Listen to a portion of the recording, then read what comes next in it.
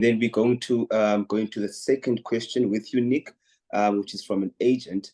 This one is with regards to improvements made to a property. So the question says, or the scenario rather, if a tenant installs an inverter in a property without the landlord's permission or knowledge, are they entitled to remove the inverter when the lease expires? So that's the first part of it. And then if the tenant leaves the inverter installed, are they then entitled to some form of compensation? So yeah, I think, yeah, so the question pretty much that's what it says. Okay. And then they want to sort of speak about if they do remove it and damage is caused, then who sort of has to pay for that damage? Okay, so this deals with improvements to a property. Okay, now improvements to a property is a fairly complex area of law. Okay, because the idea of an improvement to a property is a very large question.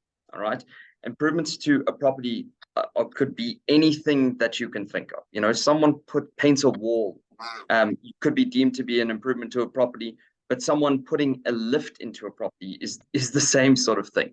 So the law on this area is fairly complex, and there are different types of improvements that can be made to a property that are necessary or luxurious, and the way that the law treats these things are different.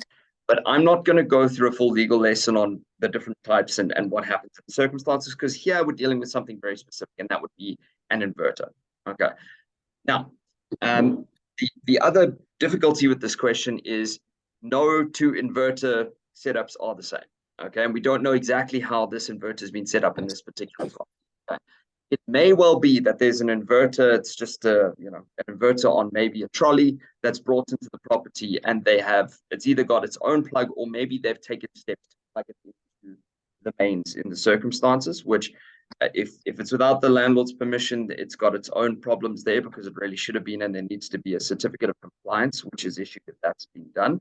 But notwithstanding, that's one way of doing it. And then obviously your higher end inverter systems, it may well be that the inverter system was somehow bolted into a wall or something like that. Okay, which is a slightly different way of doing it, because there's some affixment to the property in the circumstances. Okay.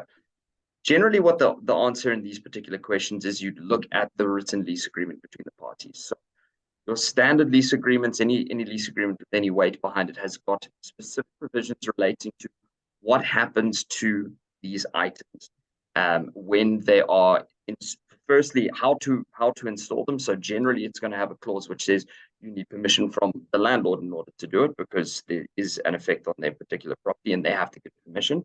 And then clauses saying what happens at the end of the lease agreement if that permission has been given.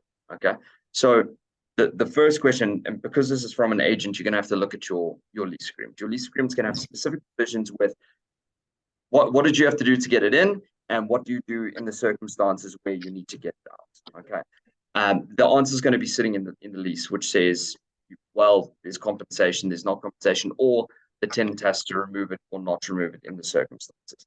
It does seem to me that this is something that can be easily removed, because the agent said, you know, the damage that can be done to the premises can be easily removed.